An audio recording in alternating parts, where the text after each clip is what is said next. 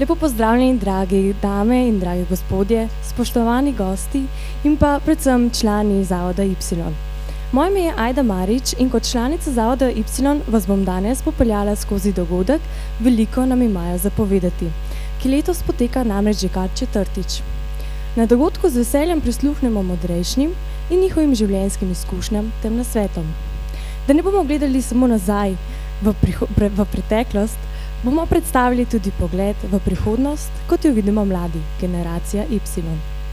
Predno resnično skočimo v vsebinski del dogodka, dovolite, da vam predstavim našo mlado umetnico Jaro Vogrič, ki bo ustvarila sliko, s katero bo ujela duh današnjega dogodka. Na koncu nam bo pokazala, kaj je ustvarila in povedala nekaj informacij oziroma nekaj besed o svoji sliki.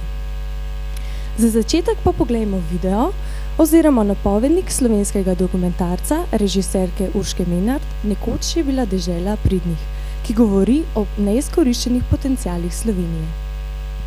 To so leta provokacij.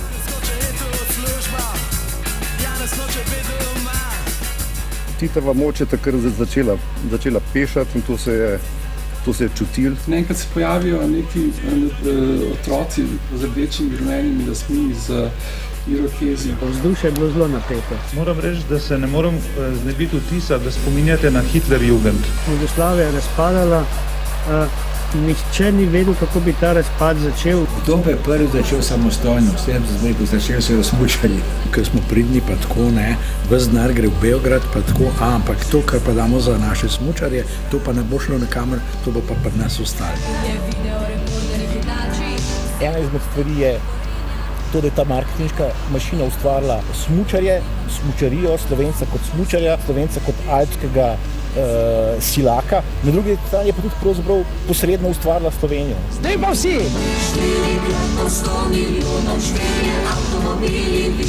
Tako kot je bila grožnja pred potrošništvom kot miselnost v 70-ih letih produkt fantazije, je bila tudi Slovenija, ki so jo marketarji ponujali, seveda popolna izmišljotina. Ampak bila je lepa izmišljotina.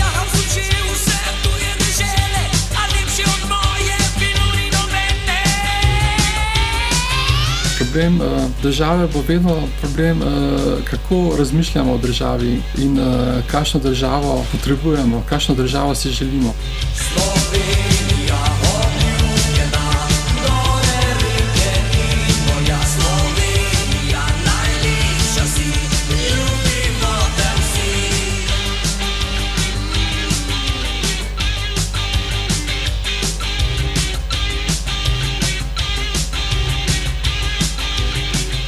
Tako, upam, da vam je bil video všeč.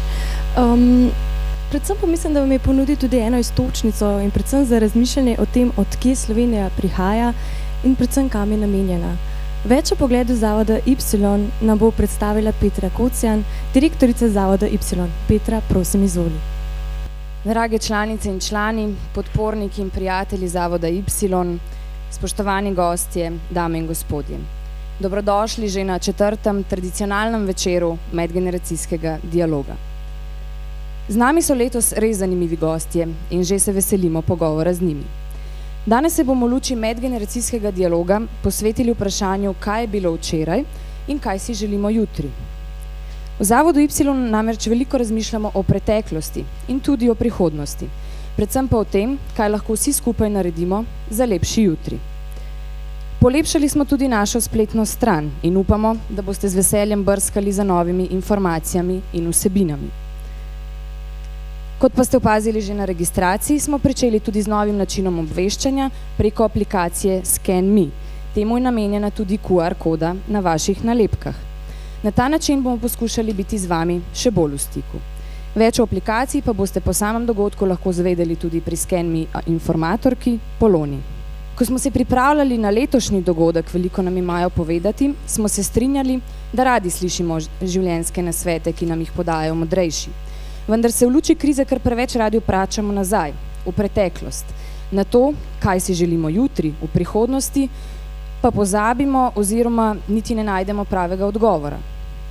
Zato smo poleg današnjih gostov, ki nam bodo povedali, kako so sami sooblikovali včeraj in kaj so se iz tega naučili, povabili tudi našo Thinkwise skupino, ki že nekaj tednov pridno oblikuje svoj pogled v prihodnost in v obliki vizije Slovenije pripravlja želje in korake, ki bi to vizijo lahko izpolnili. V Zavodu Y vidimo trenutno situacijo kot pomanjkanje vizije, saj smo ob osamosvojitvi Slovenije imeli veliko upov in potencijala, da postanemo nova Švica. Realnost je pokazala, da smo od te zelo oddaljeni. A zakaj bi morali biti nova Švica, če smo lahko uspešna Slovenija? Vendar so zato pomembne spremembe na vseh področjih.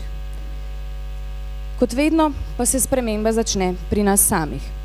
Tudi zato smo konec lanskega leta pričeli s projektom Obljuba Sloveniji, s katerim želimo posameznika spodbuditi, da si zastavi vprašanje, kaj lahko sam storim za boljši jutri. Verjamemo namreč, da lahko vsak od nas po svojih močeh prispeva k pozitivnim spremembam, zato na portalu obljubasloveniji.si zbiramo obljube podjetij, organizacij in posameznikov, ki z izpolnjevanjem svojih obljub prispevajo k lepšemu jutri. Tudi vas ponovno pozivamo, da podate svojo obljubo, ki je lahko z kateregakoli področja. Lahko obljubite, da boste vsak teden obiskali babico ali pa zaposlili enega mladega. Vsaka obljuba namreč šteje in prispeva kamenček v mozaik k širšim spremembam. Zato vas vabimo, da med dogodkom razmislite tudi o vaši obljubi, na druženju pozneje pa bomo veseli, če jo boste delili tudi z nami. Hvala.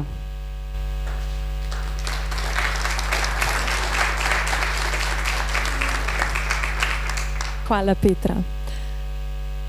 Na govorniški oder pa vami člane že napovedane skupine Thinkwise, vizija Slovenije, ki pod okriljem Zavoda Y deluje že od začetka letošnjega leta. Ampak pustimo, da nam več o njihovem delu, željah za prihodnost oziroma viziji Slovenije povedo kar sami. Zato jih vabim, da prevzamejo besedo in se pridružijo na odru. Prosim vabim Tino Zdovc, Brino Brence, Boruta Rojca, Marko Tišlerja in Vladeta Miloševiča. Hvala.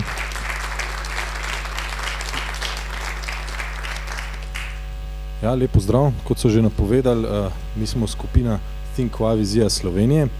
Najprej hvala organizatorjem, ki so pripravili ta dogodek, pa ko so nas povabili k sodelovanju. Mi smo zelo hvaležni, da lahko sodelujemo in predstavimo, kaj je naše delo.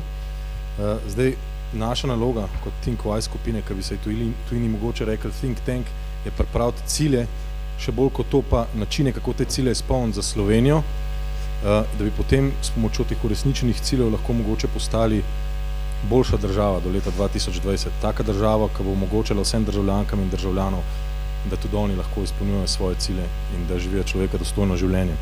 Zdaj, jaz bom zelo na kratko predstavil, kako naša skupina deluje, potem bojo pa moje kolege in kolegi predstavili tematske sklope, s katerimi se ukvarjamo.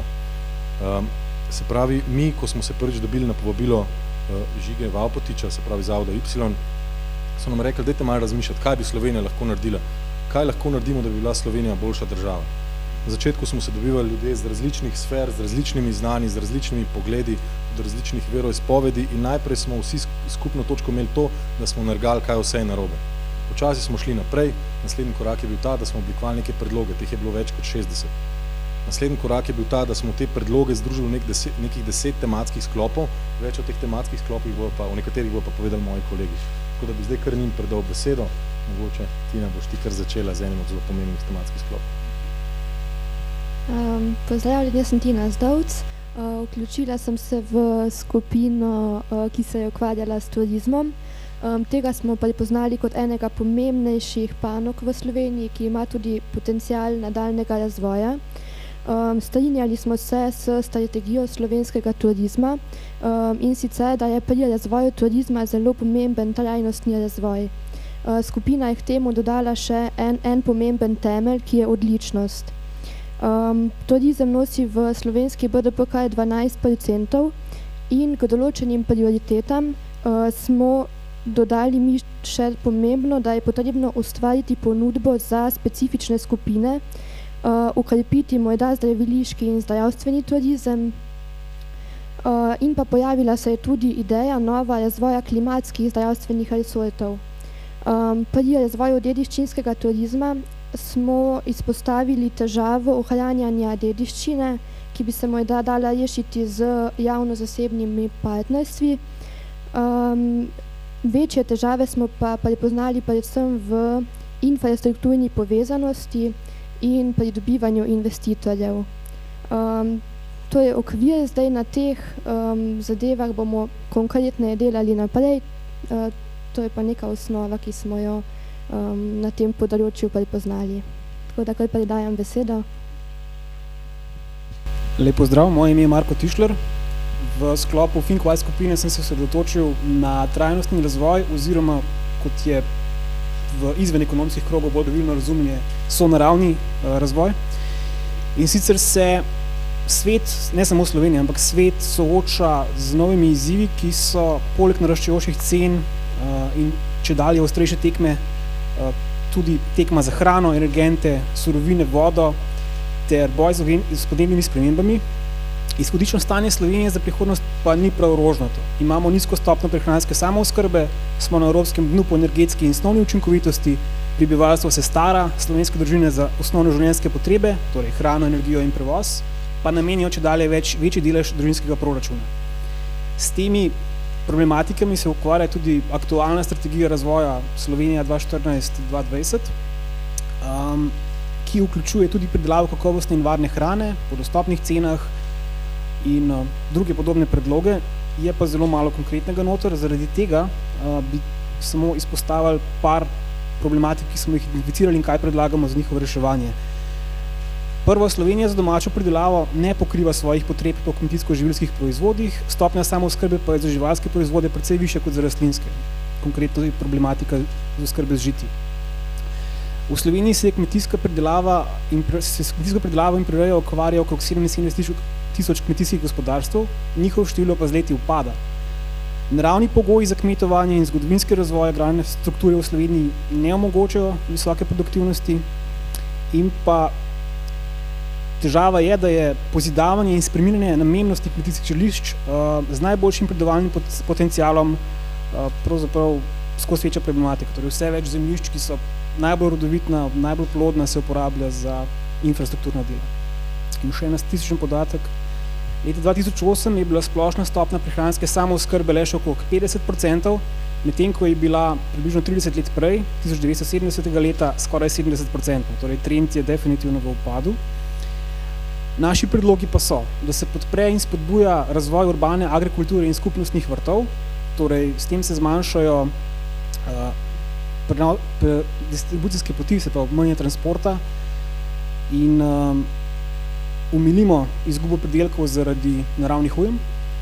Kvalitetna hrana mora biti dostopna vsakemu gospodinjstvu, izobraževanje o kmetovanju in izboljšanje ugleda poklica kmetovalca bi moralo imeti prednost, predvsem je pa treba mladim kmetijstvo predstaviti kot poslovni izziv, tudi tekom in v okviru izobraževanja in s tem zvišati produktivnost in dodano vrednost in potrebno je začeti govoriti o agrobiznisu in ne samo pač o kmetovanju kot neki negativni stvari. V okviru tega, kot je že ti naprej izpostavila, infrastruktura je problematična, poleg tega se mladi, namesto da bi ostali doma na kmetiji, vse bolj odločajo za to, da migrirajo v mesto, zato bi bilo potrebno spodbuditi delo nadaljavo, spodbuditi povezovanje in pa boljše izkoriščenje virov, torej prepoved gradnje na najboljših zemljiščih oziroma obdavčitev zapuščenih zemljišč. V okviru razvoja podeželja pa razvoj cestnih omrežij, razvoj telekomunikacijskih omrežij, šolstva in pa zdravstva. To je.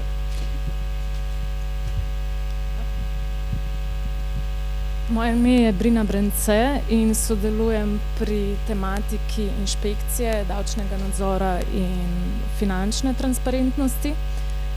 To je zelo kompleksna tema, kot si lahko predstavljate, zato jo bom samo omenila.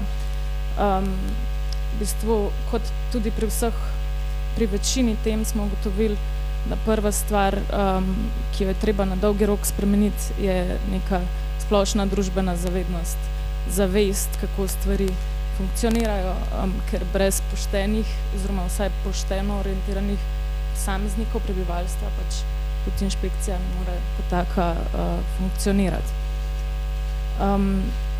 Seveda na kratek rok sta pa predvsem dve stvari, ki sta pomembni, in sicer zakonodaja, kako postaviti takšne zavore, takšne torej takšna pravna pravila, da bodo na nek način bolj omejevala posameznike in bolj določala sankcije in pač disciplinske postopke pri napakah, ki jih povzročajo tako kršitelji raznih postopkov, kot tudi inšpektorji. Druga stvar, ki je pa tudi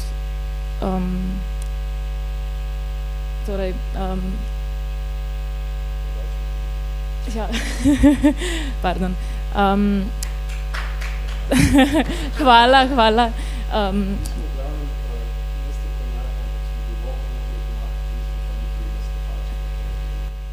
Nismo prišli še na to točko, v bistvu sploh s to tematiko, ki je zelo široka, še nismo prišli na to točko, ko bi to predstavili. Ko bomo to razdelali, da bomo lahko predstavili, takrat bomo znali tudi dobro povedati.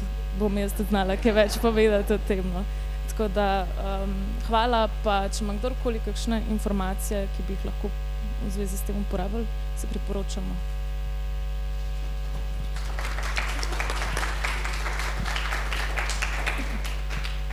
Lep pozdrav, moje ime je Rojc Borut, vidim, da ne smem preveč časa govoriti, ker drugače me bo Brina za nastopača označila, tako da bom bolj kratek.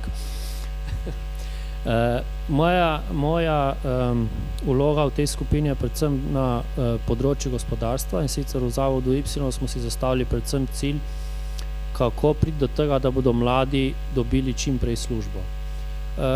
Pri tej temi smo nekako naleteli na dva poglavitna problema, in sicer ena je obremenitev dela, ki je danes velja v Republiki Sloveniji, in posledično na drugi strani je ta obremenitev dela povezana z javno porabo. Naredili smo ene analize, čeprav tukaj moramo reči, da so bile ne dokaj specifične, zaradi tega, ker smo vsi omejeni s časom, vsi imamo poleg tega, da smo v tej skupini, imamo tudi svoje službe, zato so te analize bolj površne. In sicer, kar se tiče obremenitev dela, smo prišli do tega, da so davki in prispevki, ki jih mora podjetje za plačati državi, takrat, ko izplača plačo zaposlenemu, previsoki. Je pa na drugi strani res, da s pomočjo teh davkov in prispevkov, tukaj so predvsem pomembna pokojninska in pa zdravstvena blagajna, da zaradi tega lahko omogočamo dokaj visoke standarde, kar se tiče pokojnin in zdravstva. No, je res, da pri pokojninah smo zadnje čase v naši državi malo kratki, ker nam zmanjkuje denarja, ampak vseeno. Če se to težavo smo nekako poskušali reševati s tem, da bi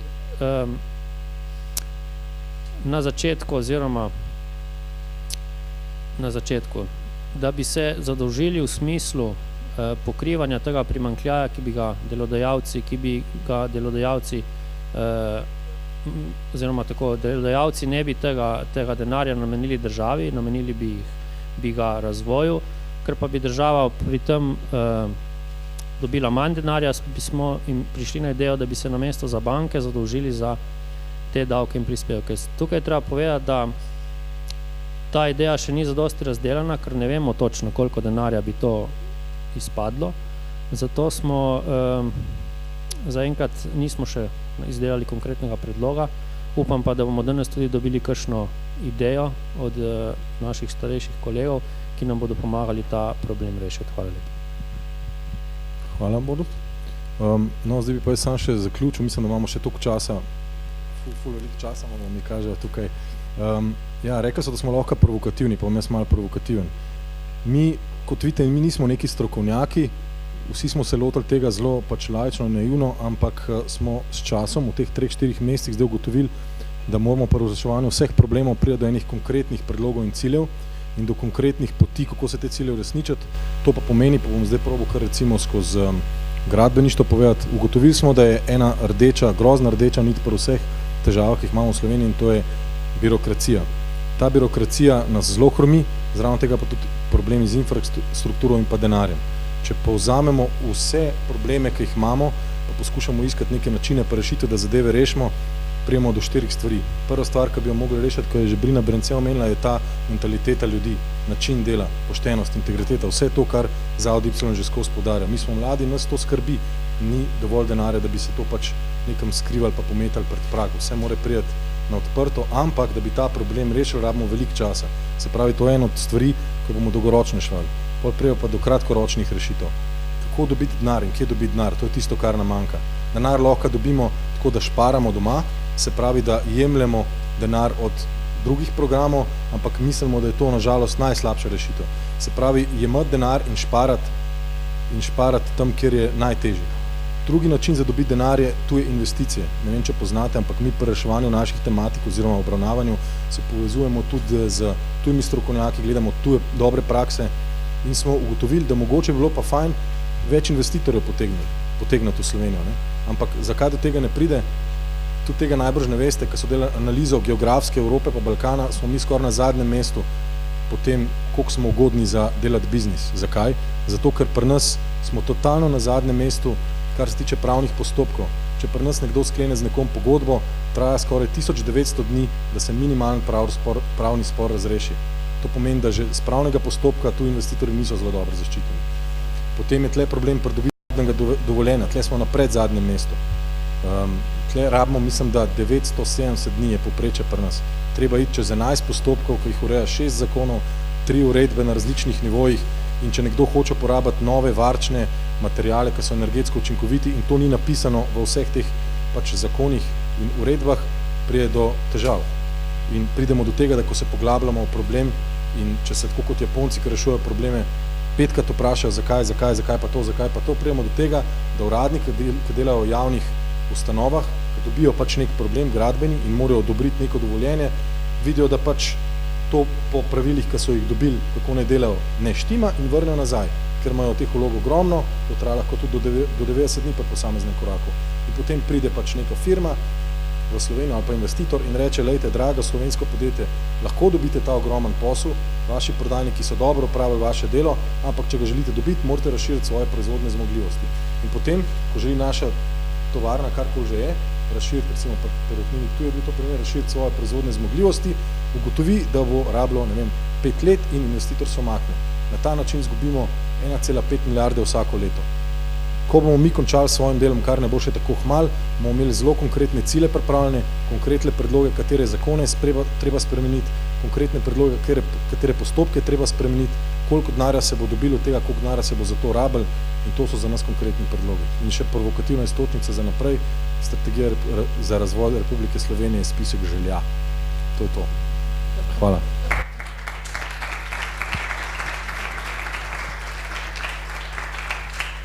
Hvala članom skupine Think Why. Jaz sem prepričana, da bomo sigurno namenili prav poseben dogodek vaši skupini in da boste lahko povedali čisto vsem nam oziroma čim večjem občinstvu.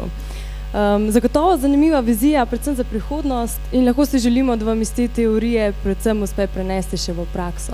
Jaz verjamem, da vsak izmed nas, ki vas je poslušal, je res verjel in verjame v vas, tako da jaz mislim, da vsi komaj čakamo, da boste postali dejansko do končne cilje.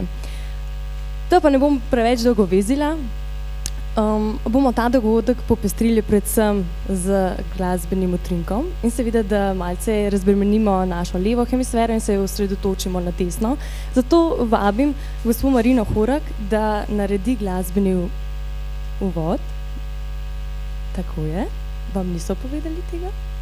No, kot veste, v Zavodu Y včasih tudi presenečamo naše goste in to je bila današnje presenečenje za našo gostjo. Prosim, en spodbuden aplavz.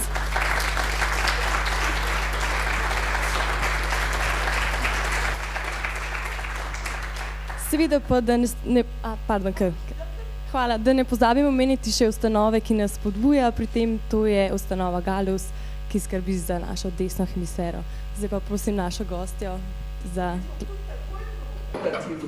Če vi mislite, da se da glasbo te vrste delati brez levih možganov, se zelo motite. Ker tudi glasba ima cel delež, ki je izredno znanstven, je izredno logičen, je izredno izdelan ravno tako kot recimo arhitektura.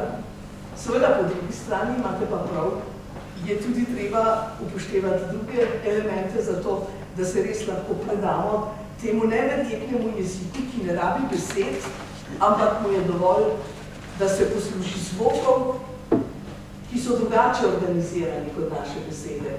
In če se tega jezika naučimo, potem seveda lahko iz tega kar precej potegnemo za naš razvoj, za našo dušo, če mi dovolite, da to kar tako rečem. Zdaj, ravno to ni neke vrste uvod, to je enostavno Chopinova mazurka. Eno lepo delo, ki ga je ta skladatelj Frédéric Chopin, ki je živel v 19. stoletju, to vsi veste, 1810 do 1849, in ki je v glavnem zelo nerazumljen, čeprav vsi mislijo, da ga razumejo. Ker, Chopin, romantika, kako so čustva, ampak to je samo površina. Ko začnemo res se ukvarjati z jezikom tega človeka, pridemo do čisto drugih stvari še. Tudi to, kar sem zdaj omenila, je prisotno, resnično človeška čustva, ampak ne osladna, ne sentiment. Tu ponavadi se ustavimo, tako splošna publika. Tu gre za veliko globlje stvari. Ta človek se skozi glasbo ukvarja z najglobljimi sloji, bi rekla, naše človeške duševnosti, z strahom, z željo po svobodi, z ljubeznijo, ne tisto ljubeznijo, ko se zaljubimo v nekoga, ampak tisto, ki jo resnično nosimo v nas in ki je neodvisna od objekta ali subjekta. In ko zdaj ne vem, če bo meni danes to uspel, posebno ne na temu nadomestilu za klavir, ampak na splošno vas mogoče vabim, da se morda iz tega ozornega ali slušnega kota naslednjič posvetite. Kar je pa morda tudi pomembno, in kar ponavadi izremo pri njegovi glasbi. Iščemo liriko, a v njegovi glasbi je tudi veliko proze, in sicer proze, ki ima na nek način, v najširšem smislu, tudi politični naboj. Ne bom šla v detalj, a Robert Schumann, drugi romantični skladatelj, ki je Chopina neizmerno cenil, je napisal, tukaj gre nekdo in dela z glasbo revolucijo. Dobro se je zamisliti nad tem.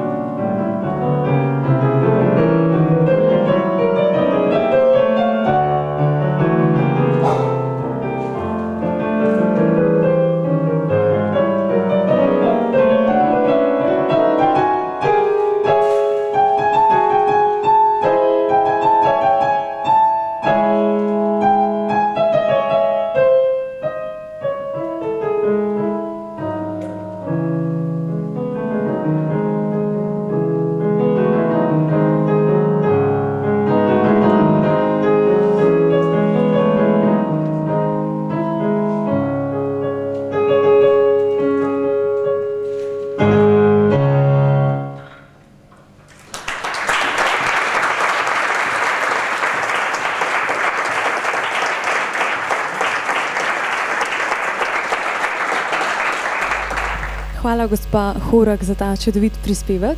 Sedaj pa mislim, da je resnično že čas, da besedo predamo našim gostom in moderatorju Žigi Vavpotiču, ki je tudi strokovni direktor Zavoda Y. Res nam je v veliko čast, da ste danes z nami. Gospa Marina Horak, dr. Božo Dimnik in dr. Ivan Kristan. Prosim, izvolite.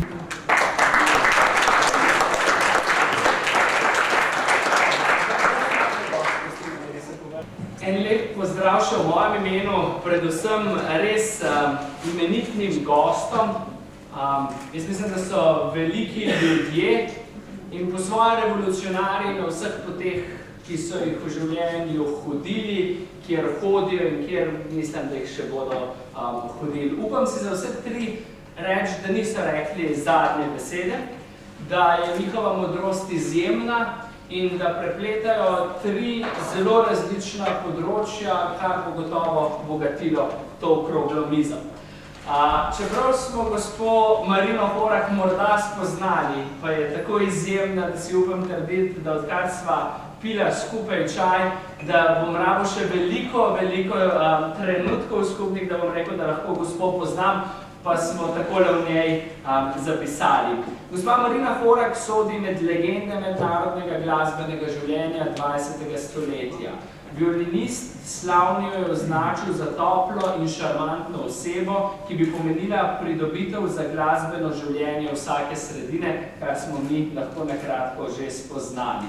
Njeno življenje je vedno označevala raznolikost, od klasične do sodobne glasbe, od solo koncertov do pevske spremljave, od poezije do prevajanja.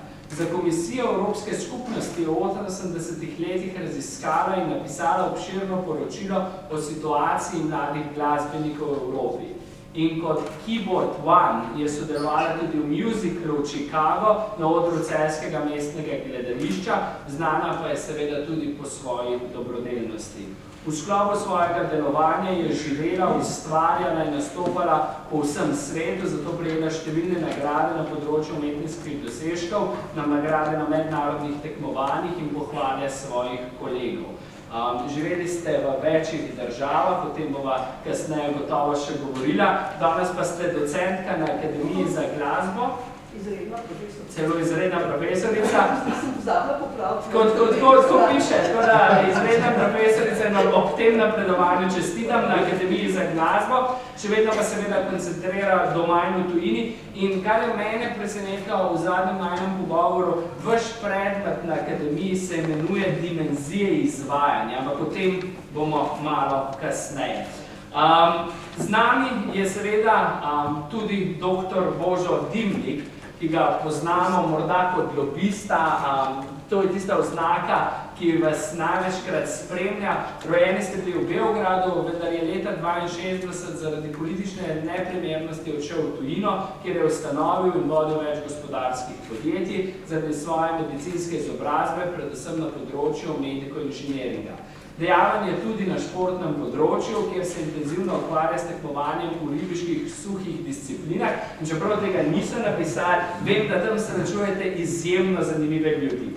Več let je slovenski prvak v ribiškem mnogoboju in dosega visoke mednarodne uspehe. Leta 1989 in 90 se pa je aktivno vključil v slovensko-hrvaško osamosvojitveno vrenje in ogromno pripomogel k osamosvojitvi obeh držav. O tem bomo danes tudi še govorili. Dr. Dimnik je leta 1992 somišljeniki ustanovil Društvo slovensko-hrvaškega prijateljstva, ki je v zadnjih 15 letih naredilo ogromno za uravnoteženje odnosov med državama, saj je bilo v določenih trenutkih društvo skorajda edina prijateljska povezava med državama. Za posebne zasluge pri mednarodnem priznavanju Hrvaške in razvijanju prijateljskih odnosov med državama je bil dr. Dimnik leta 2002 imenovan za častnega konzula Republike Hrvaške v Sloveniji in to funkcijo opravlja še danes. Lep pozdrav tudi vam in dobrodošli. O dr. Dimniku moram povedati, kako fenomenalno je praznoval svoj 80. rojstni dan. Morda ste to spremljali, ampak za svoj 80. rojstni dan se jim moram reči, da prav mladost potopil 80 metrov globoko in to na Hrvaškem, s tem opozoril na zgodbo, predvsem ekološko zgodbo čistih morja in s tem utrdil tudi prijateljsko vez med Slovenijo in Hrvaško. In seveda, še nekdo, ki mu lahko skoraj zaželim dobrodošli doma, profesor dr. Ivan Kristan, ki seveda te prostore pozna kot prvi predsednik državnega sveta. Odraščal je na Brežiškem, živel tudi v Beogradu, svojo upokojitev pa sedaj preživlja na Škofjeloškem. Po izobrazbi je pravnik, med študijem prava pa se je preživljal tudi z novinarstvom. Po uspešno zaključeni diplomi je opravljal več zelo zanimivih funkcij. Bil je tajnik v Zvezi sindikatov Slovenije, bil je dvakrat dekan Pravne fakultete v Ljubljani, rektor univerze, takrat imenovane še Edvarda Kardelja v Ljubljani, nato pa ste bili ustavni sodnik na Ustavnem sodišču SFRJ in tam kot sodnik močno pripomogel k procesu osamosvajanja Slovenije. Dosegli ste namreč, da je plebiscit o osamosvajanju Slovenije leta 1990 potekal brez zapletov in preprečil ustavno presojo umika vojske SFRJ iz Slovenije in s tem dosegel, da je bila naša osamosvojitvena vojna lahko dolga samo 10 dni. Leta 1992 ste postali prvi predsednik Državnega sveta Republike Slovenije, leta 2003 pa ste na Haaškem sodišču za vojne zločine pričali v procesu proti Slobodanu Miloševiću.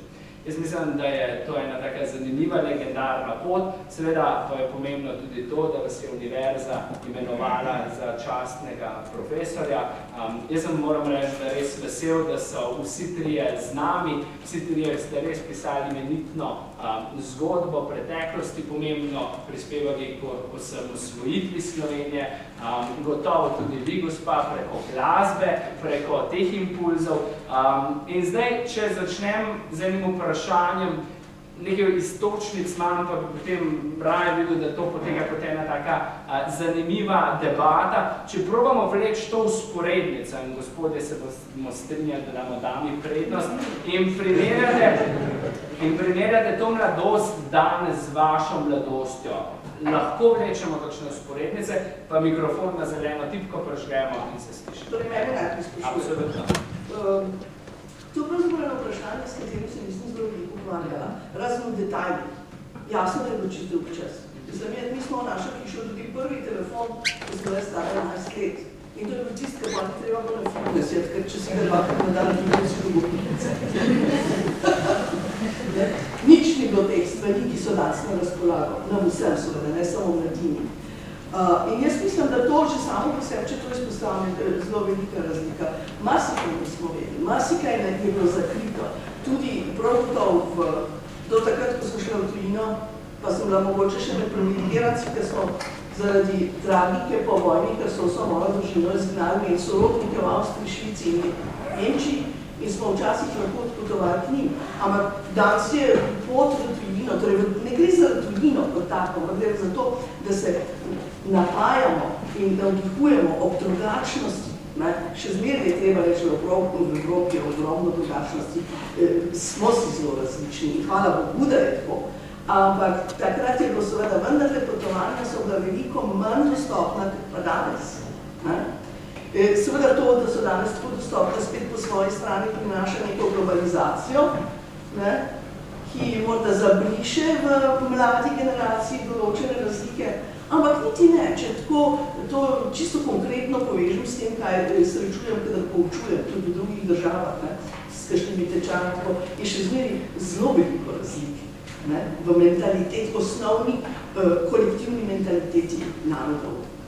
In zdaj, če je pa pravzaprav res toliko razlike med nekoč in danes, bi pa rekla, da morda nas ni skrbelo za bodočnost. Če pa danes govorim z eno skupino svojih študentov na akademiji, bo pa zelo hitro prišlo do pogovora o tem, kako se jim pravzaprav zdi predvsem vse brezizgledno in kako jih pravzaprav zelo skrbi za svojo bodočnost. O tem, kakšna je Slovenija danes, bomo takoj nadaljevali, potem, ko primerjamo to mladost, vašo mladost in mladost danes. Vsi trije ste kritični, ko spremljam razmišljanja, ko se pogovarjam z vami, ampak dajmo se še dotakniti morda te mladosti, vaše mladosti, profesor Kristan, če jo primerjate z vašimi vnuki, z mladimi v okolici, kako jo lahko primerjate? Jo sploh možno primerjati? Ja, vnuka, ki jim razlagam, kako smo mi včasih živeli, pravita, deda, da so drugi časi. Jaz to nisem mogel razumeti, recimo, da mladi recimo razmetavajo hrano. Mi v taborišču smo imeli problem, da smo skoraj kruha iskali. Tako da, ampak zdaj pa začenjamo razumevati, da pa dejansko mlada generacija živi drugače, v drugih pogojih in tej generaciji pravzaprav ni treba preživljati to, kar sem jaz preživljal, da bo 72 let, kar so nas izgnali v taborišče za 4 leta. In ko smo se vračali nazaj, je bil to drugačen čas, kot ga pa danes mladina živi. Mi smo takrat pravzaprav obnavljali, dejansko porušeno. In smo kot mladi, to so bile delovne brigade in tako dalje. To je bil čas, ki ga danes ni mogoče oživeti več. Čeprav, recimo, jaz sem videl ene obletnice delovnih brigad, takrat so se stari brigadirji spominjali, kaj vse smo delali. In nekaj nas je tu, recimo tule moj kolega, tudi bil zelo net brigadir. No, ampak mi smo takrat dejansko prispevali svoj delež k obnovi. To je bilo dobesedna obnova. Gradili smo kulturne domove in tako naprej. Skratka, če bi danes nekomu rekel, ja, pa dajte organizirati recimo delovne brigade, ta ideja danes pravzaprav ne bi uspela. Ampak to je recimo en del te moje mladosti, potem drugi del se je pa začel, ker je šlo pa za šolanje, mogoče ta del zanimiv zlasti z vidika, kako danes gledam na strokovna slušanja, mogoče tega ne bi zdaj našel. Bomo kasneje. Dr. Dimnik, vaša mladost sicer povezana verjetno bolj z Beogradom, pa potem seveda kasneje tudi s Slovenijo, če danes opazujete mlade. Ja, pravzaprav sta pred moja pregovornika vse povedala, da so razlike, pravijo dejansko, pravijo vedno, kadar jaz opozarjam, pravijo, ja, to so bili drugačni časi. Seveda so bili drugačni časi. Vzrokov, da so zdaj mladi zaskrbljeni, oziroma da so spremembe, je ogromno. Mi tle nimamo časa, da bi vseh vzrokih razpravljali. Bi se pa omejil na tisto bistveno, predvsem bistveno, kar je pravzaprav spremenilo način razmišljanja in tudi obnašanja mladih, to je pa, ampak to bom še kar naprej povedal, ne tangira vas, ki ste sedite, posebej pa ne voditelja Žiga, on se, ali pa vi, kjer poznavnošte razlikujete od tistih ambicij, ki smo jih mi imeli v mladosti, sicer smo delovali v drugačnih prilikah, v drugačnih pogojih, nismo razmetavali strano buke, da je še danes ne morem, da zadnjih grižljaj kruha vrš preč, ga na silo pojem, čeprav da moram pojeti kilometer več preteč. Ampak gre za to, da se je zaradi tehnologije razvoja in pa zaradi demografskih prilik so se stvari dramatično spremenile, kar me skrbi. Predvsem IT tehnologija. IT tehnologija v tem smislu, da se da mladina postaja zasvojena z računalniki, takrat, ko jih ne rabijo. Računalnik je sigurno ena zelo pomembna zadeva in odkritje, čeprav ga jaz ne uporabljam. Ampak zasvojenost v pravnem smislu, v tem smislu, da izgubljajo smisel za inovativnost, za neki sam pogum, da on samo na tipko pritisne in zahteva odgovor. S tem se oddaljujejo od narave, ker je drugi zelo pomemben pogoj pri tej demografski eksploziji, ki imamo, to mene skrbi.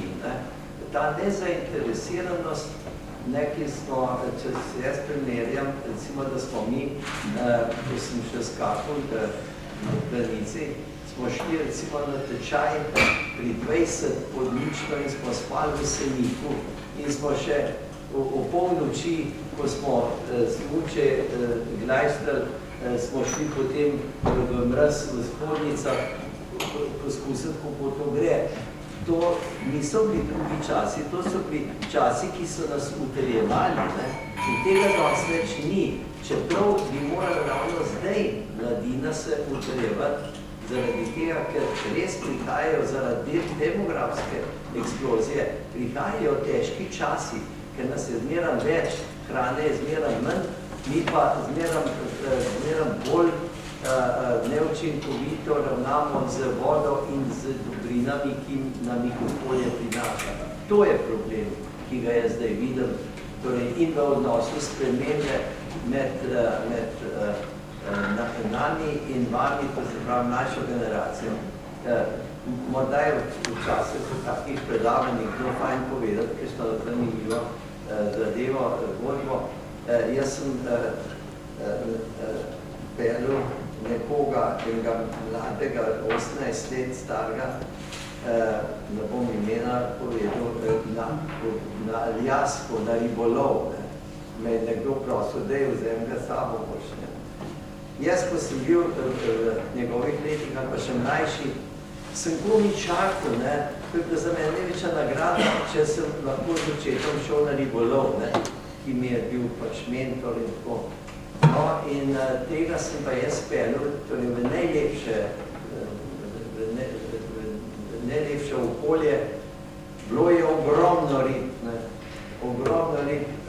On je dobil 2 ure, pa se je povsedil tam, pa je gledal, kako jaz stojim. Pa se je rekel, zakaj pa ne greš stojim? Ja, pa vse je dosti rib, vse je. To se pravi, nezainteresirano. Ampak vseh večer je pa skozi računalnik mogel se, pa slušalke v šestih, pa ko sva iz divine, iz kompletne divine šla nazaj v Enkurič, v mesto, tako da smo šli spet nazaj v Evropo, so ogromno na hotelu in sem rekel, peljal malo na sprehod, je vzel na Coca-Colo, eno veliko in sva šla na cesto, tam vidim v trafiki nezanimive zemljevide in sem hitro 2 kupil do daske, enega ne, in prodajalka mi je to dala v vrečko in jaz tam njemu to vrečko, pravim, da je to konzervo noter, da naš nosil. No, in on ta konzervo, pa meni vrečko nazaj.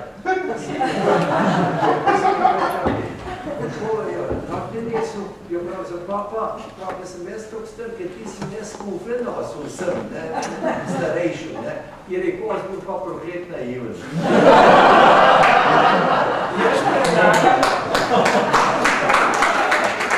da naredimo en korak, namreč en umesen korak je danes, saj z gosti, ki jih imamo zelo zanimiv, to je ta osamosvojitev Slovenije. Potem bomo prišli na situacijo, ki je zdaj. Zdaj, ta osamosvojitev, gospa Marina, kako ste jo vi doživljali v smislu tega? Niste živeli v Sloveniji v tistem trenutku. Hkrati pa lahko vlečete neko sporednico med nastajanjem glasbe in nastajanjem države. To bi bilo morda zanimivo, ampak morda pa potem ta vidik, kako ste vi kot Slovenka živeli drugje. Bom jaz povedal, da sam vprašajte, ker to je zmeri zelo problematično, če nekdo, ki sprašuje, že veliko pove. Ne bi zamir. Vprašanje je, kako ste gledali na ta proces osamosvajanja Slovenije? Zdaj bom jaz nekaj rekla, kar mi lepo prosim, ne zamir. Jaz smatram, da je razpad Jugoslavije in s tem osamosvojitev teh majčkenih drobcev ena velika katastrofa sodobne zgodovine. Jaz mislim, da je ogromna katastrofa katastrofa. Jaz ne pravim, da bi morali izdržati v tem, kar je bilo, ne me narobe razumeti. Ampak jaz smatram, da je škoda, nepopisna škoda, to, da ti narodi, ki so se silom prilika, mogoče niti ne z resnično voljo do tega, saj to je res problem, sestavljali v Jugoslavijo, da je ni ratal ustvariti ene kongruentne, ene dobre države. Zato jaz sprejemam to, da se je razšlo, nisem nobeni upal ostalih v tem smislu, smatram pa, da je škoda.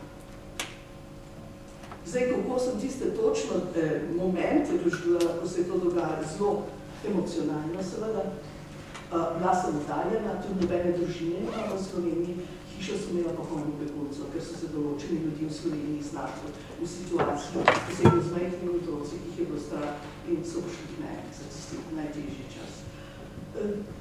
Potem pa seveda na drug način pa bi lahko rekla, da sem to sprejela tudi na zgodovinsko danost, ki se jo ne da spremeniti. In to bi bilo zdaj tako nekak za začetek tistega časa. Profesor Kristen, vi pa ste bil v tistem trenutku na precej pomembnem mestu. Biti ustavni sodnik verjetno je bila odgovorna naloga. Kako ste pa vi ta proces spremljal?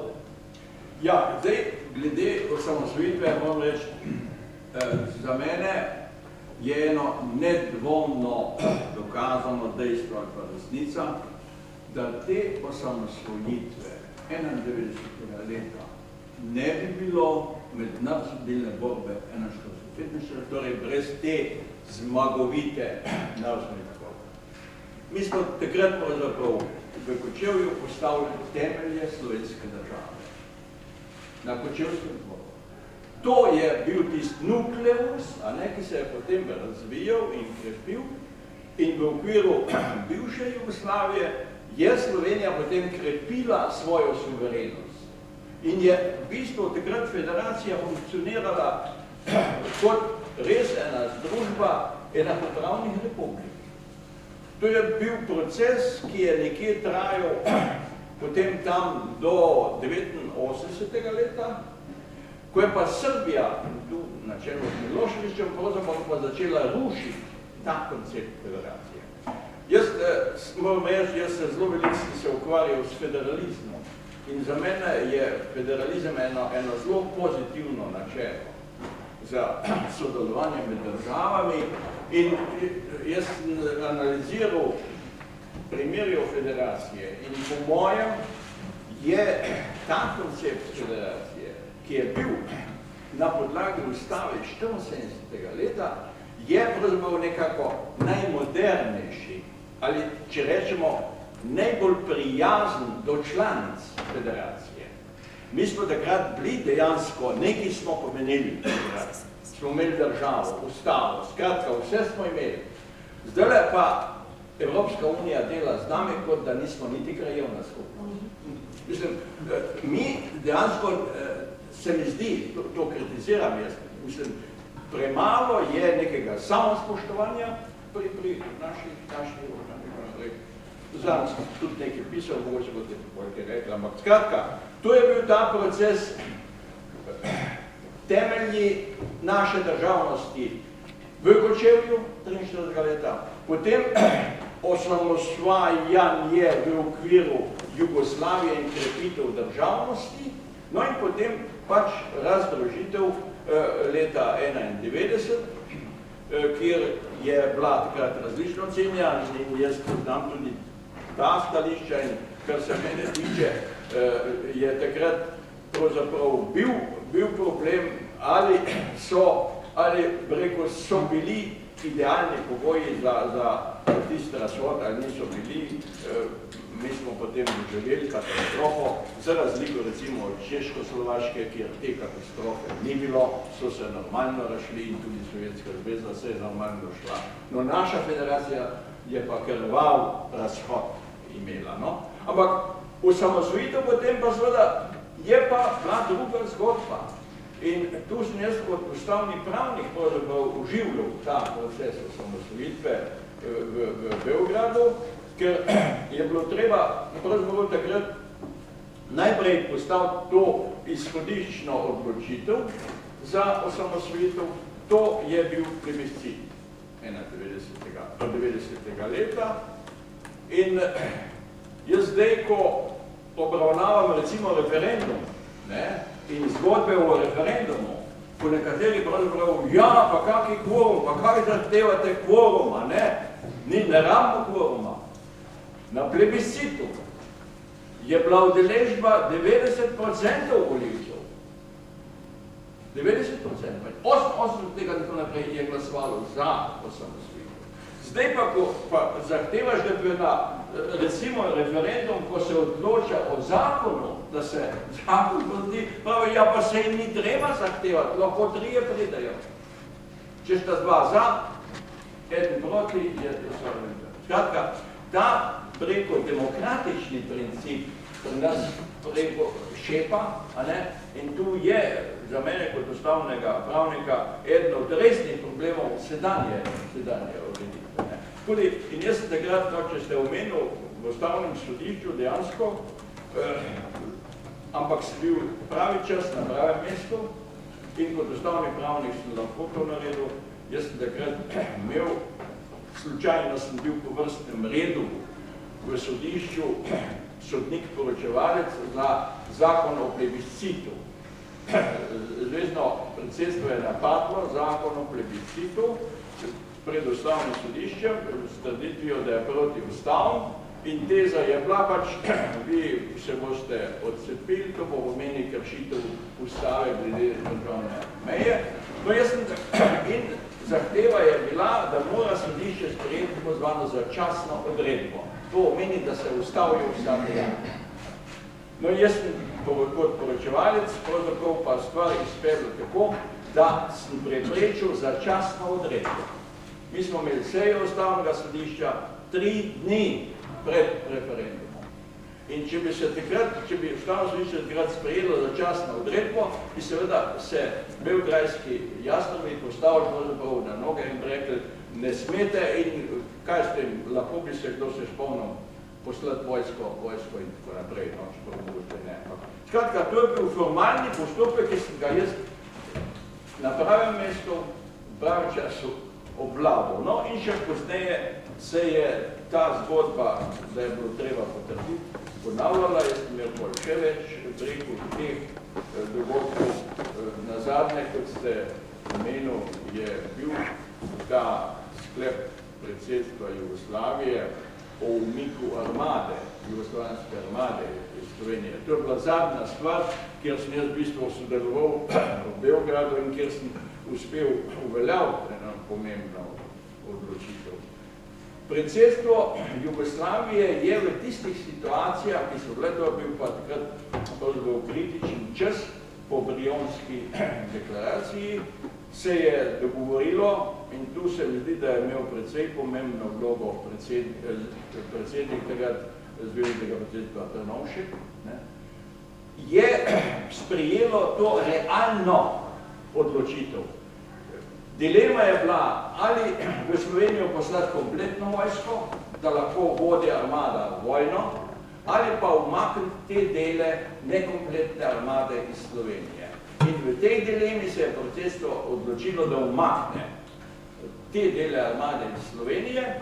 No in takrat je k sreči predsedstvo dobilo potrebno večino in pri tem je pa ostalo še vendar ena nevarnost je obstajala, ker je predsednik ustavnega sodišča, to je bil Srb iz Bosne, predsednik je pa na seji ustavnega sodišča, doktor 24. julija 1991 predlagal, da se razširi točka dnevnega reda ocena ustavnosti sklepa predsedstva Jugoslavije o umiku armade.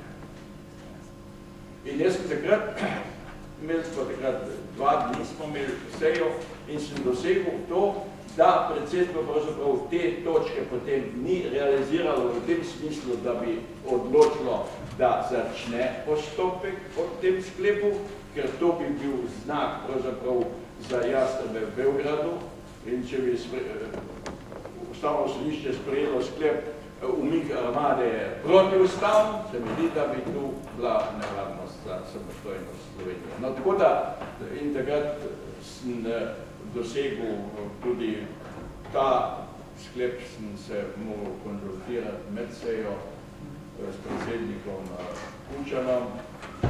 2 dni smo bili v kontaktu in na koncu, ker sicer ni Ustavno sodišče takrat prekinilo te točke, sva midva s sodnikom Močivnikom protestno zapustila sejo, to sem se dogovoril s Kučanom, da napravimo incident in ta incident je preprečil potem razgovor sklepa.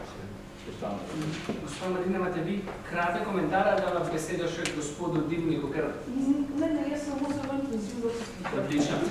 Namreč, potem se pa zgodi ta osamosvojitev in predvsem priznavanje Slovenije. In tu, doktor Dimnik, ste pa odigrali nekaj ključnih potez, predvsem v sklopu te mednarodne aktivnosti, če rečeva v ozadju, izven kamer, v Evropi. Ja.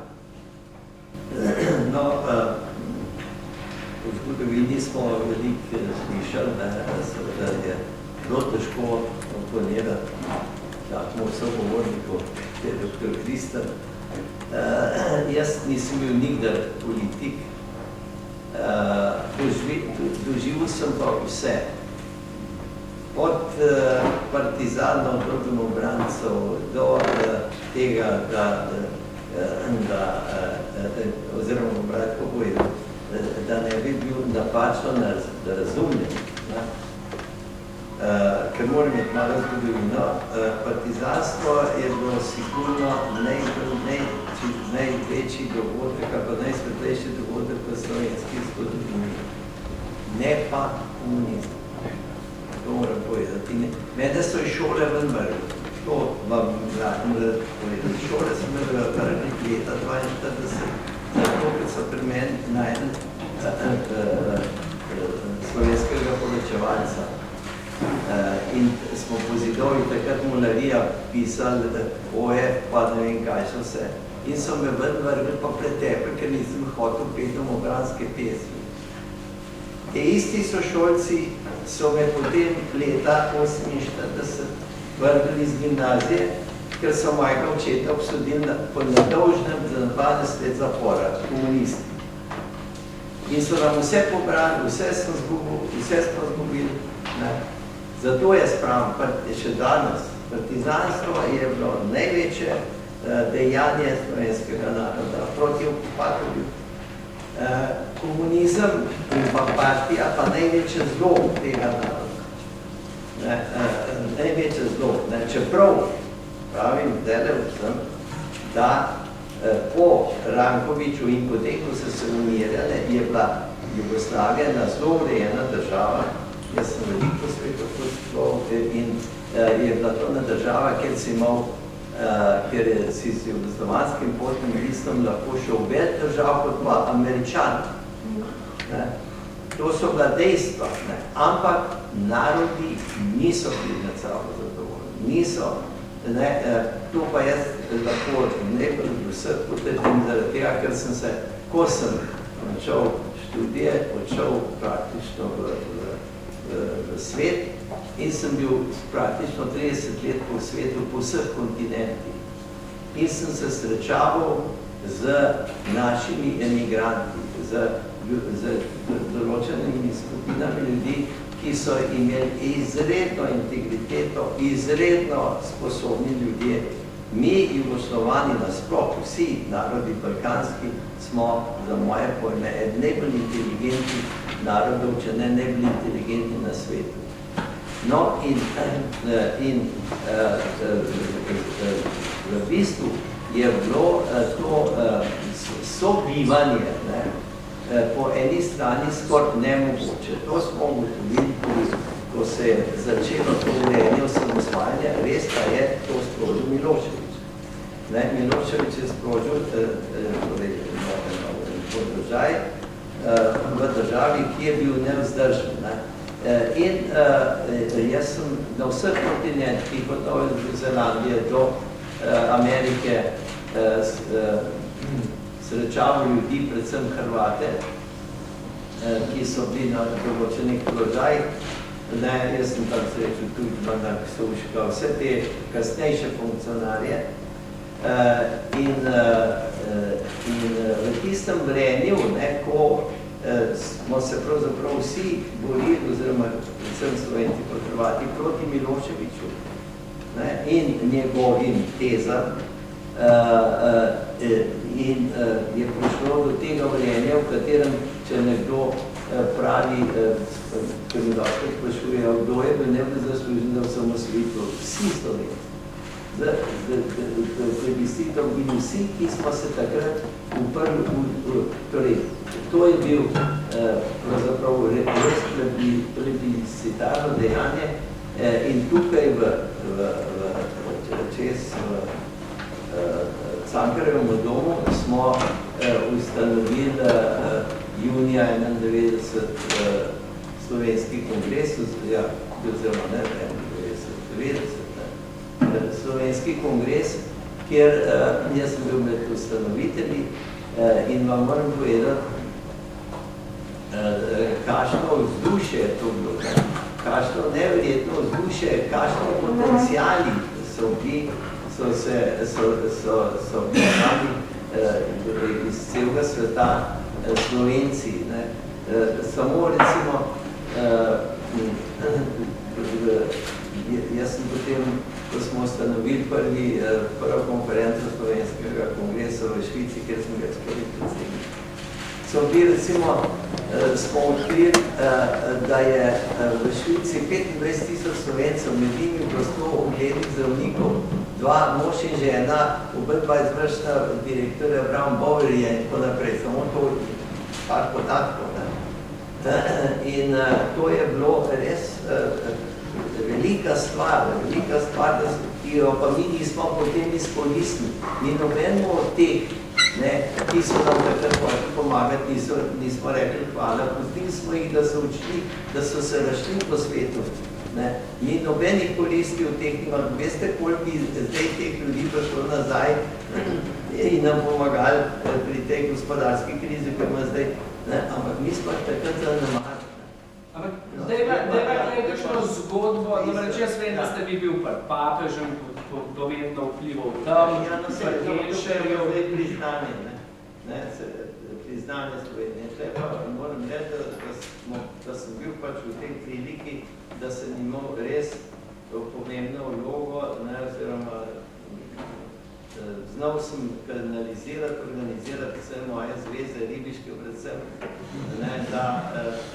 Glede, mladi so se zasmejali, ampak ta vaša ribiška zgodba je verjetno ena najbolj pomembnih zgodb za priznavanje Slovenije, ne? Se še vedno smejijo, ne? Sigurno. Mislim, da je tudi papež ribe lovil. Predvsem papež, ki se bolj ribiško. Papež je bil ribič. Papeža sem spoznal pa ravno pri ribolovu, ko je bil še kardinal na Mazurskih jezerih, na Poljskem sem lovil ribe in priteče njem dva v trenirkah in jaz sem pa lih takrat na veliko ščupal v noleku iz jezera. Veliko vidno, da dva se ustavita, gledata in pa me pravi, ta gospod pravi, ja prav pač, zdaj blinker pa imate, jaz smo pa en Heinz blinker, še izpred vojne, to boš ti vedel.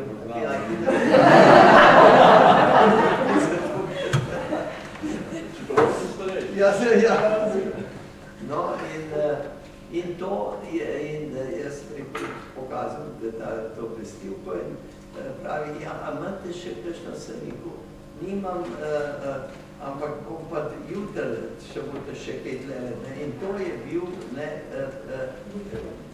Vojtina. To je bil kardinal Vojtina. In naslednji dan, ko sem zvedel, da je to je kardinal, da je taka velika visoka osebnost, sem bolj seveda se potrudil in prišel na dogovorjeno mesto. Jasno se pa hotel tudi ta dogodek fotografirati. In sem Da bom gotovo tiste trenutek, takrat so bili še drugi različni filmi, celuloidi. Vidite, zato je pa IT v redu, zdaj imate telefon staro. Ja, ni bilo teh možnosti, ker zdaj sem ugotovil, da nimam več filma. In sem hiter, sem pa takrat na športni avto, prvo streho, in sem hiter naslednjo vas stekel iskati en film, ker sem med tem, ko sem kupal, pa nazaj prišel, me je nekdo ukradel aparati. In takrat mi je, in pa pridem nazaj, povem to kardinalu in on kao, ja, dragi prijatelj, a vi veste, če Poljak vidi, lahko nekaj vzame in ne vzame zboli. Treba se še dotakniti, dr. Genšer je bil pomemben človek in z Mesičem sta tam bila skupaj, to je vajno prijateljstvo. To ni šlava izjava, ampak jaz sem pravim, da velika verjetnost je, da ne bi prišli do priznanja, če ne bi bilo Genšer. Zgodba je pa taka, vi veste, da je Cimerman, to danes politika ne ve. Vse nekaj prevodov rabijo, letniki so mlajši, Genšer je bil pomemben zunanji minister. Ja, Genšer je bil pomemben zunanji minister. Takrat so bile vse vlade na strani Srbije. To se pravi, predvsem te, Francija, Anglija, Nemčija, Amerika. Ameriški ambasador takrat Cimerman je rekel, to preberete, da Amerika še 55 let ne bo priznala Slovenije. To je bilo nekje junija meseca. Jaz sem bil preko mojih ribiških prijateljev z Petrive, sem bil julija meseca, 7. julija sem bil pri Genšerju v Berchtesgadenu, zunanji minister preko mojega prijatelja, da bi sem lobiral za to, da bi nas priznali. Genšer je bil 100% naproti, 100% rekel, to nima nobenega smisla, poglejte, Španija, Škotska in tako naprej, ne pride upoštev, da se tam 4 ure smo bili na kosilu. To je bilo 7. julija. Dan prej sem jaz v telefoniru, to lahko javno rečem, se nikoli smo jutri sestanek z Genšerjem, ker se je lahko sam še slikal z njim. In je rekel, rečte mu, da nas priznajo. To je bilo vse, kar je rekel, pa telefon dobro. In zato trdim jaz, suvereno, da je Evropa vsa proti, pa Amerika proti. Zaradi tega, ker so imeli Srbi neverjetno ekspozituro, vse posod so imeli. Sinovi od Popoviča, takratnega veleposlanika, so bili skupaj v šoli z princovi, z Charlesovi sinovi. Skratka, no in edini, ki je, zato sem ustanovil to društvo, edini, ki je bil takrat razumel in kaj je treba, je bil takrat Mesič, Stefan Mesič, ki sem ga spoznal preko tega vrenja že prej, in on me je nagovoril, da bi jaz organiziral tajni sestanek z Genšerjem, da bi mu on vse razloge povedal, on je bil pa zadnji predsednik države. In to smo potem naredili v najstrožji tajnosti, samo Drnovšek je za to vedel. Drnovšek je povabil svojega kolega Mesiča od Medije iz Zlake, pokar na večerjo. Mi smo bili tam na večeri, jaz sem pa potem po večeri odpeljal Genšerja privatno v Črnovče v Ljubljani prespal in naslednji dan smo šli potem v Genšerju v Pol. Edini, ki je za to vedel, je bil Drnovšek, ki nam je pomagal, da smo tudi čez mejo šli in tako naprej, on je edini to vse vodil. No in jaz sem bil edina priča, to je bilo 14. novembra 1991, v Bonn smo imeli, Genšer nas je moral sprejeti, zaradi tega, ker ga je njegov najboljši prijatelj prisilil, da nas je sprejel. Je moral je bil, imel samo protokolarno kosilo, ko ube, Ampak ko je pa začel Mesec govoriti o teh problemih narodov v bivši državi kot zadnji predsednik države Jugoslavije, je pa postal pozoren, pa zmeram bolj popazov, pa zmeram gledal. In potem je rekel, pravi, veste, ni zelo težko z vami, zdaj sodelujemo, ker smo bili v drugi svetovni vojni, smo kolaborirali, pravi, ampak dejte, vi pejte papežu, pa Hirskemu premijeru, pravi, jaz bom pa to odzadnji, pa češkem predsedniku. Mi bomo pa to odzadnji podpirali, ko se tajno. No, in to je bilo 14. novembra in ta sestanek na pol ure trajal 4 ure. In potem je Genšar sam po lastni iniciativi večkrat kontaktiral Mesiča, da mu je dajal določene podatke in 6. decembra smo bili pa pri papežu v Rimu in pa naprej poznate zgodbo, 25. decembra je Vatikan priznal Slovenijo in Hrvaško in zato jaz trdim, da če so takrat 6.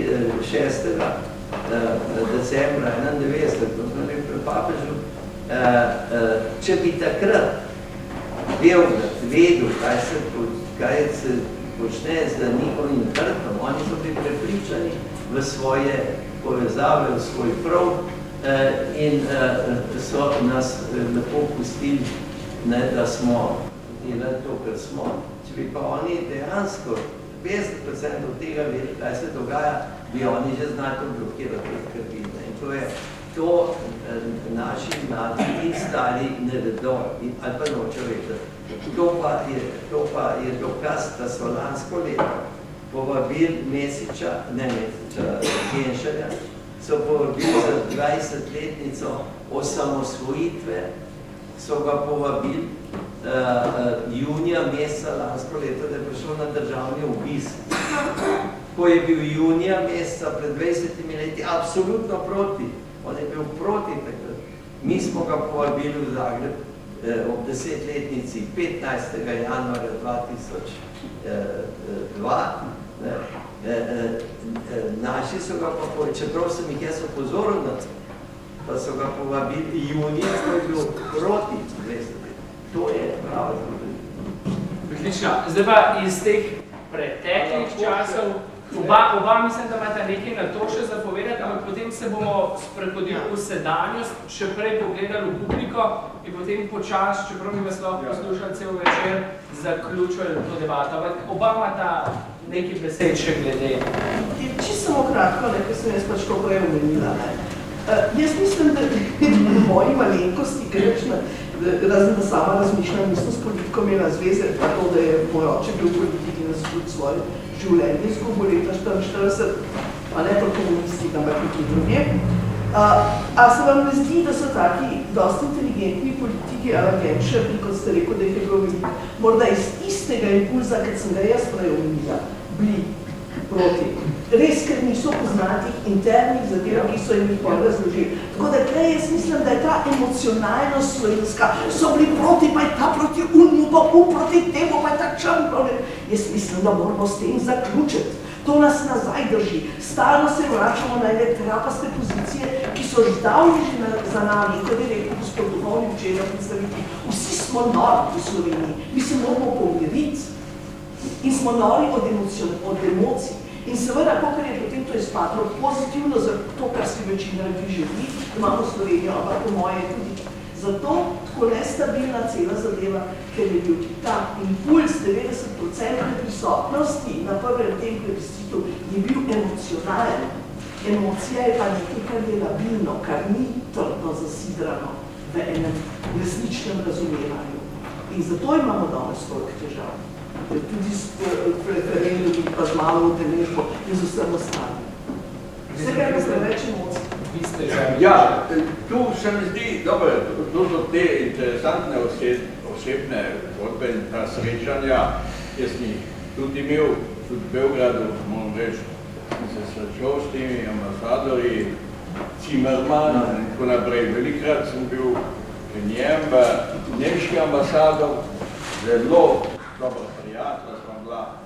V Slovenijo sem ga povabil, Škofjo Loko, Selca, na Ribe, Slavcu, Dranko še, skratka, Moniko sem mu skratka, stvar je bila, na teh ravneh je bila dolga, ampak treba pa je upoštevati, takrat bi rekel, svetovno dimenzijo, mednarodno dimenzijo.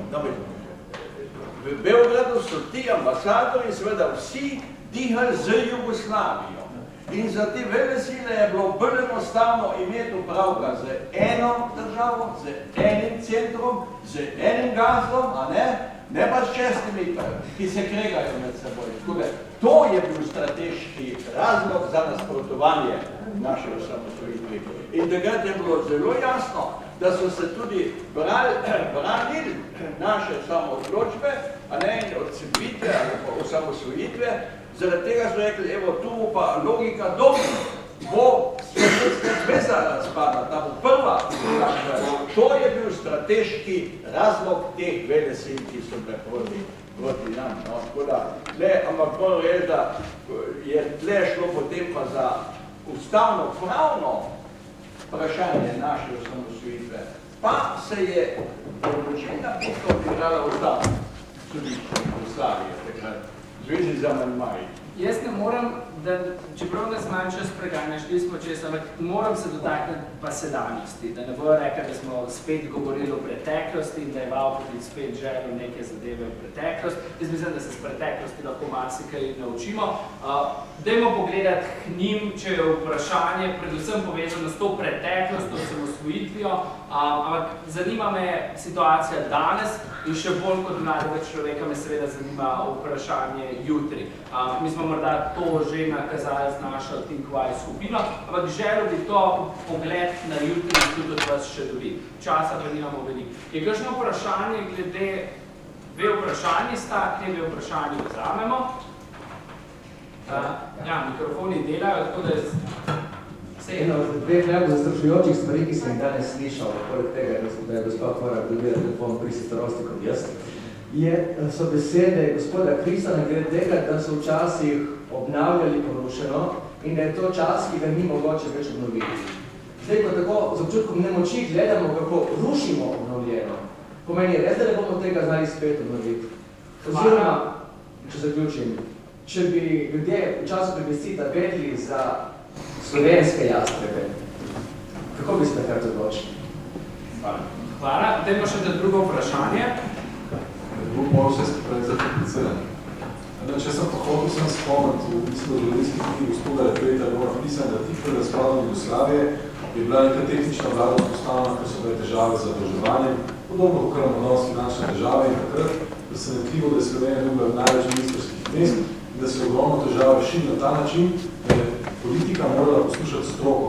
In takrat, da smo se zvlekli na ta način, če se navezali na gospoda Dimnika, da smo pokazali, da znamo biti pametni, in zdaj na sedanjost, če to prenesem, kako bi vi lahko svetovala, kaj bi bilo na svet, kaj bi bila prava smer za današnjo politiko, da se spravi na pravo konca bo današnja problematika.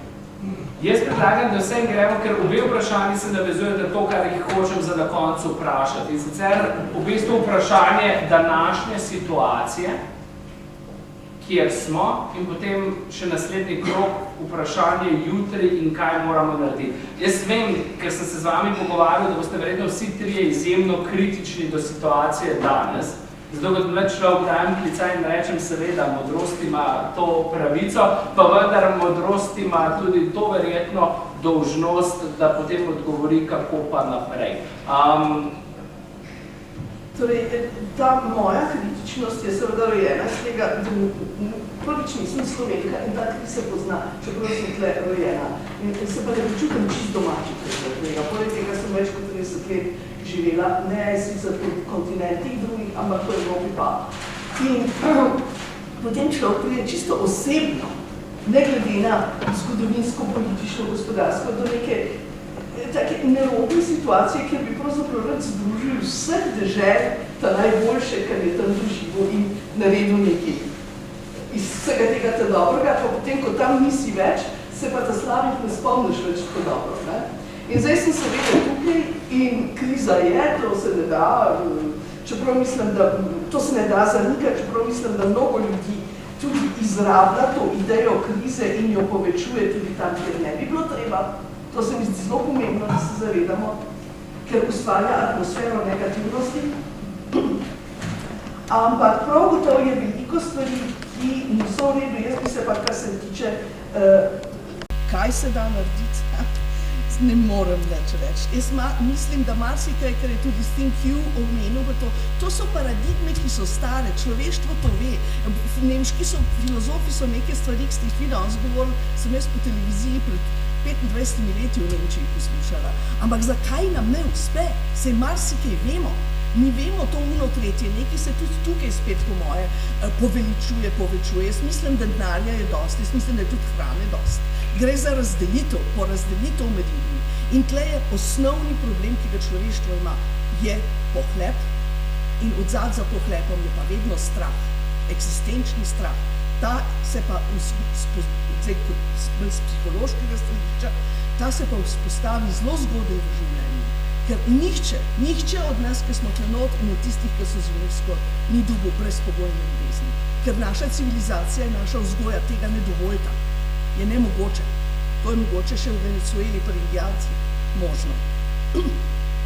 In dokler mi zdaj začnemo vsak na sebi osebnostno v globino delati, se po moje ne bomo rešili na en višji nivo, na eno višjo dimenzijo lastnega bivanja, kako živimo in kako se živimo v svet. In jaz pač v mojem skromnem delu sem prišla do tega, da se to da, ker imam skupino ena je bila tle, ampak je že odšla moja študentka, je vaša članica, imam poseben ta predmet, v katerem se ukvarjamo pravzaprav samo s tem spoznavanjem samega sebe, ampak ne na filozofski ravni, ne samo s dialogom, čeprav tudi to je del, ampak prav s tem, da gremo sami vase, recimo temu psihološko, predvsem pa recimo temu energijsko, z popolno poštenostjo do samega sebe spoznati ne samo svoje probleme, in to verjetno bilo tudi za kolektiv Slovenije dobro, ampak predvsem svoje kvalitete. Ampak ne v tistem smislu, ki se danes plakativno kolportira posod. Mi smo najbolj pridni, mi smo najbolj oprostiteni, gospod dr. Pivnik, najbolj inteligentni. Ker mislim, da so to klišejske izjave, ki niso vedno resnične. So. To vam pa potrdim, da so. To sem pa jaz potrdil na vseh kontinentih. To pa odgovarjam takoj. Imam komentar, oziroma koncept. Se bom pa povedal. Se strinjam z vami, ampak samo v smislu posameznika, v smislu kolektiva pa nismo vedno. To obeta izjemno dobro debato za kasneje, tega se zelo veselim. Profesor Kristan, pravna država, vprašanje pravne države, danes vprašanje pravne države, jutri se kar samo ponuja, ko beremo vašo. To je problem. Verjetno nekako pozabljamo na to, kaj smo mi živeli, kako smo mi živeli, naša generacija, recimo, kako smo ustvarjali družbeno lastnino, kako smo upravljali to družbeno in kaj je s to družbeno lastnino nastalo. Kako so to družbeno premoženje, ki smo ga vse generacije ustvarjali. Pa recimo se spomnim, stanovanjski fond, 6% od plače vsak mesec je šlo za stanovanjski fond. To se je potem razprodalo in tako naprej. In zdaj za nas bo vprašanje, kako bo zdaj ta nova generacija pravzaprav vzela v svoje roke usodo. Zgleda, da nas zdaj obvladuje, ne vem, kjer velekapital, pa kjer je multinacionalke in tako naprej, ampak jaz vidim tle eno izmed vprašanj, da bilo treba oživeti recimo idejo samoupravljanja, ampak ta ideja samoupravljanja je temeljila na družbeni lastnini, sprav na kapitalu družbenem, pa na pravici do dela. Oboje smo mi z osamosvojitvijo odpravili. Družbeno lastnino so razgrabili in veliko je tajkunov, ki so se obogatili s tem tako naprej. pravico do dela smo ukinili in tako naprej. In zdaj, ko gledam, recimo, sem zadnjič čital Gorenjski glas, ne, časopis, se je olastninil. Delavci so kupili Gorenjski glas. To formulo so dobili pa od podjetja železnikov od Domela, ki se je prav tako olastnil. Skratka, delavci ponovno prevzemajo v nekem smislu lastnino svojega podjetja, da postanejo lastniki. A je to zdaj ta formula resnična ali ni, ampak to je neke vrste to zadružništvo, ki se tudi v tujini razvija in je vprašanje zdaj, ali bo to, ali ne bo to, ampak s tem, ko delavci pravzaprav kupijo svoje podjetje in se smatrajo, da bodo pač umno gospodarili s tem podjetjem, ekonomsko odgovarjajo za posledice, ali bojo slabo in tako naprej. Tako da tle je mogoče ena izmed teh poti za razmišljanje, kako preiti iz te slepe ulice, ker drugače pa zdaj pravijo, sej multinacionalke nam diktirajo, sej nišče od nas, sej nič ne moremo, takoj, ko pridete v Bruselj, veste, kaj boste morali narediti, nimamo nobenih možnosti samostojnega ukrepanja. Skratka, ekonomisti nekako opozarjajo na to slepo ulico, ki jo ustvarja ta interes vele kapitala. Dali ste še eno dobro inicijativo za klepet kasneje. Dr. Dimnik, tudi vi ste kritični, pa poleg te kritike, kaj pa je recept? Če bi jaz zdaj imam heretično misel, če bi jaz stari recept povedal, me bo zaprl. Potem se zdi več kot primeren, da ga na tem dogodku poveste. Stvar je tako enostavna, tako kot sem jaz trdim, da smo Slovenci, sigurno med najbolj pametnimi, sploh balkanski narodi. Jaz sem se Švicari vedno pregovarjal, ker sem živel 30 let. Sem rekel, mi imamo par skupnih lastnosti, smo pridni, smo delovni, smo šparovni, imamo pa četrto dimenzijo, ki vi nimate in moramo biti bolj štetli. In to je, da smo se lihto v balkanskih navadili, nikoli ne rečemo ne gre. Tisti, ki so sposobni in pridni. Nikoli ne rečejo ne gre. Vidno boste imeli zanimivo debato. Zdaj pa naprej. Kaj recept za rešitve? Bom prečital, kaj sem prečital zdaj v časopisu, ne vem, pred parimi dnevi.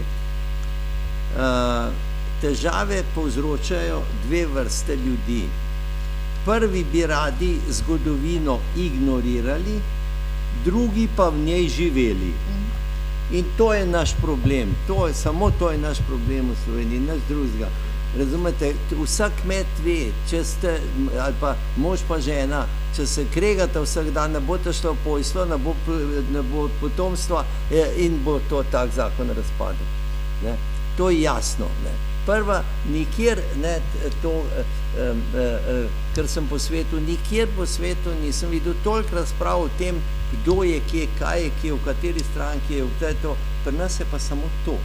Prva stvar, rešiti ta problem, da se ne delimo na leve, desne, ne vem kakšne, partizane in domobrance, in potem je treba pozitivno selekcijo, ne negativno selekcijo. Jaz sem vprašal gospoda Kovačiča, ki je bil direktor Krke in pa obnovil jo je, sposoben človek, sem rekel, pred 15 leti sem rekel, ti bi moral biti predsednik vlade. Je rekel, kaj? Prav, a veš, koliko vam jaz plače? 20.000 mark. To pomeni, tisk je sposoben zaslužiti več, kot 4.000 mark, ker je takrat minister imel plače, gre drugam, ni. In taka mehna država, ki smo mi, bi morali imeti sposobne ljudi. Kako pa te sposobne ljudi dobiti? Sposobne ljudi, noben prime minister ne bi smel biti mlajši od 50 let, ker nima izkušenj, Ne? In vsak bi se moral že dokazati do tam, vsak bi že to vse moral imeti v taki mehni državi, od ministra naprej noben ne pravu plače imeti nič, prostovoljno, tako kot jaz vodim 20 let Hrvaško društvo. Mi smo premehna država, da bi si lahko privoščili tak luksuz, ki ga imamo, in ljudje, ki so na teh položajih, ki imajo te plače, vendar, če bi bili sposobni voditi eno podjetje, bi vodili podjetje, in to je naša največja rak rana. Jaz vem, da je še veliko vprašanj, ampak pol ure smo šli žal že čez, moramo spoštovati še naprej zadeve in potem nas vržejo ven iz državnega sveta. Obeta pa to res zanimivo debato, obeta to, da boste ostali z nami potem še zunaj. Če jaz nekako zaključim po tem, kar sem slišal danes, potem lahko rečem, da je na Slovenijo gotovo so vplivale ribe, srce in pamet, veliko, morda včasih preveč emocije. Jaz mislim, da je današnji dogodek pokazal, da je pomembno neko zavedanje preteklosti, ampak predvsem, da se iz te preteklosti nekaj naučimo s hvaležnostjo za to, da bo jutri vsem nam bolje. Jaz se vam res zahvaljujem, da ste danes bili z nami. Vem, da bi lahko klepetali gotovo uro. Publika je jezna, vidim, ker nisem dovolj vprašanj, pa vendar veliko ste povedali in veliko ste imeli povedati, da pa boste ostali z nami v mislih. Smo pa naredili eno drugačno darilo danes. No? Jaz upam, da ga boste vzeli z malo šale, malo humorja, hkrati pa predvsem z zavedanjem, in tu se zahvaljujemo Studiu Moderni, da ste z nami bili. Oni so vam pa podarili en pošter, in to je z vidika tega, da se boste Y spominjali ne samo čez dan, ampak da ga boste sanjali tudi po noči. Tako da še enkrat hvala lepa in en aplavz vsem.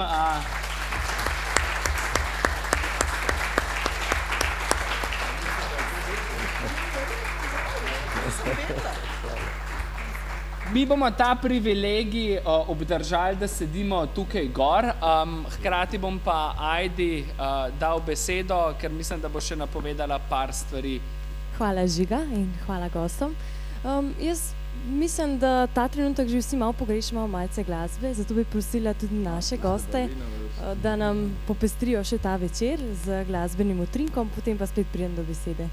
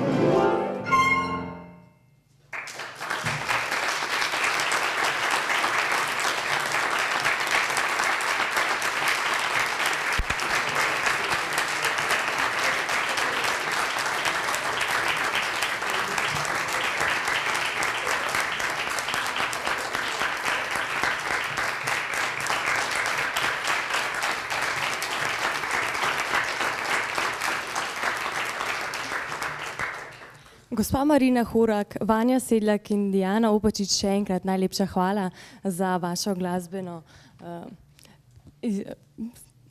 Hvala.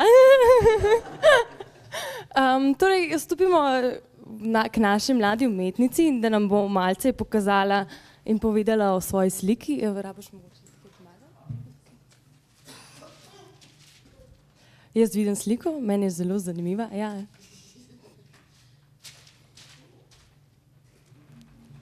Prosim, Jara, še nekaj besed o sliki. Ja, jaz bom zelo kratka. V bistvu jaz sem štartala iz koncepta komunikacije itak, ne? Ki je večplastna, predvsem je pa zakodirana. Pač verbalni jezik je koda, ko smo se izmislili ljudje, ker se ne razumemo med sabo v končni fazi. Ne? No, v bistvu tle sem v osnovi uporabila belo pa črno barvo, glih iz tega razloga. Stvari niso bele pa črne, so sive, v velikenih odtenkih. Ne? No, v bistvu ta slika, kakor je v bistvu nepredmetna, ne, in ne govori posredno zdaj z nekim narativnim jezikom, v bistvu dopušča toliko enih interpretacij, kakor je nivojev komunikacije. No? Tako da to je bil bazično neka podlaga, zakaj je to tako nastalo. Okay. Najlepša hvala.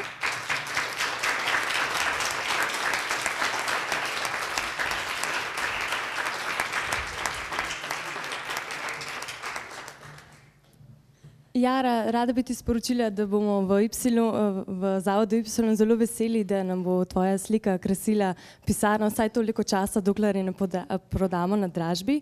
Tako, veseli smo, da ste bili dejansko danes za nami. Najlepša hvala vsem gostom in pa skupini Think Why. In hvala vam za vaše sodelovanje.